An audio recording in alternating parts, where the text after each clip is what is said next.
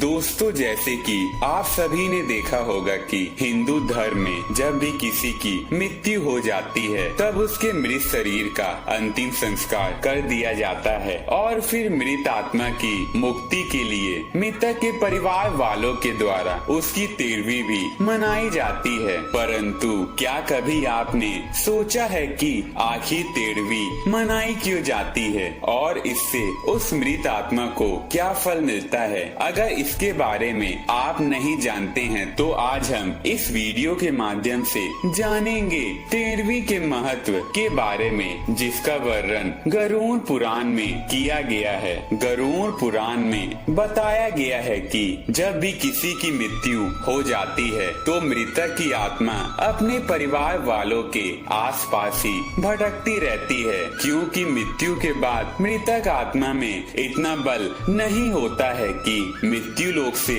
यमलोक की यात्रा तय कर सके। इसीलिए आप सब ने देखा होगा कि जब भी किसी मनुष्य की मृत्यु हो जाती है तो उसके परिवार वालों के द्वारा मृतक आत्मा के लिए नियमित पिंडदान किए जाते हैं। गरुड़ पुराण के अनुसार मृत्यु के बाद 10 दिनों तक जो मृतक के नियमित पिंडदान किए जाते हैं उससे मृत आत्मा के विभिन्न अंगों का निर्माण होता है और इसी तरह 11वें और 12वें दिन शरीर पर मांस और त्वचा का निर्माण होता है। फिर 13वें दिन यानी कि 13वीं को जब मृतक के नाम से पिंडदान किया जाता है तब उसे इससे ही यमलोक तक यात्रा करने की शक्ति प्राप्त होती है। फिर वे आत्मा यमदूतों के साथ निकल पड़ती है। गरुड़ पुराण की माने तो मृत्यु लोक से यमलोक तक जाने में मृतक आत्मा को 1 साल तक का समय लगता है।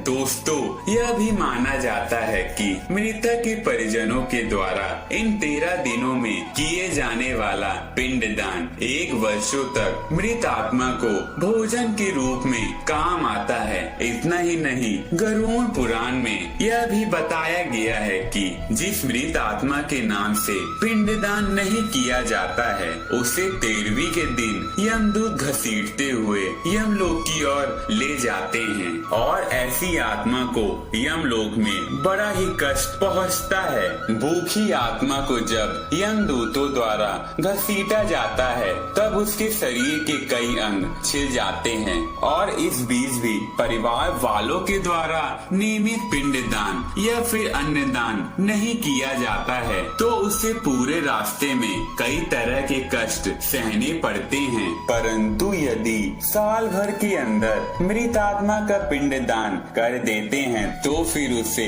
यमदूत घसीटना बंद कर देते हैं, क्योंकि पिंडदान से आत्मा में बल आ जाता है और वे अपने पांव पर यात्रा करना आरंभ कर देता है। इसके अलावा गरुड़ पुराण में यह भी बताया गया है कि 13वीं मनुष्य जीवन के 16 संस्कारों में अंतिम संस्कारों का एक अंग है। इसके बिना अंतिम संस्कार की पूर्णता नहीं होती है। गरुड़ पुराण के अनुसार जिस मृत आत्मा के 13वीं की क्रिया नहीं होती है उससे प्रेत योनि से मुक्ति नहीं मिलती है। साथ में ये भी बताया गया है कि 13वीं के दिन कम से कम 13 ब्राह्मणों को भोजन अवश्य कराना चाहिए। 13वीं के दिन ब्राह्मण को भोजन करवाने को मृत्यु भोज का नाम दिया गया। गरुड़ पुराण में आगे बताया गया है कि कम से कम 13 ब्राह्मण को भोजन इसलिए जरूरी है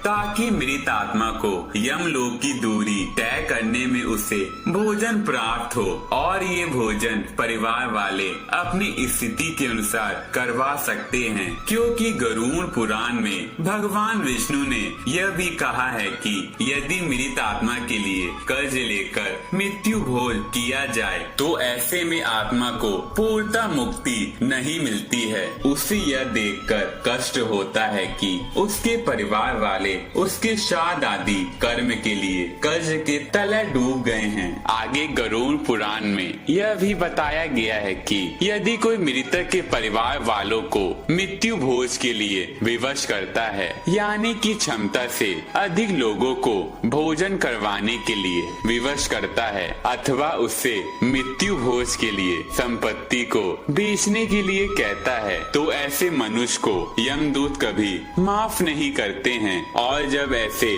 मनुष्य की मृत्यु होती है तो यमदूत उन्हें कई प्रकार की यातना देते हैं और फिर उन्हें मृत्यु लोक में भेज देते हैं। इन सब के अलावा 13वीं के बारे में आगे गरुड़ पुराण में बताया गया कि मृत आत्मा के 13वीं होने के बाद परिवार के लोग भी मृतक के लिए शोक करना छोड़ देते हैं, जिसकी वजह से वे लोग शोक मुक्त हो जाते हैं और फिर अपने धर्म कर्म में लग जाते हैं, जिससे जीवन की गति आगे बढ़ने लगती है। तो मित्रों, ये थी गरुड़ पुराण के अनुसार मृत्यु के बाद 13वीं क्यों मनाई जाती है। अगर आपको ये वीडियो अच्छी लगी हो तो चैनल को सब्सक्राइब करना न भूले।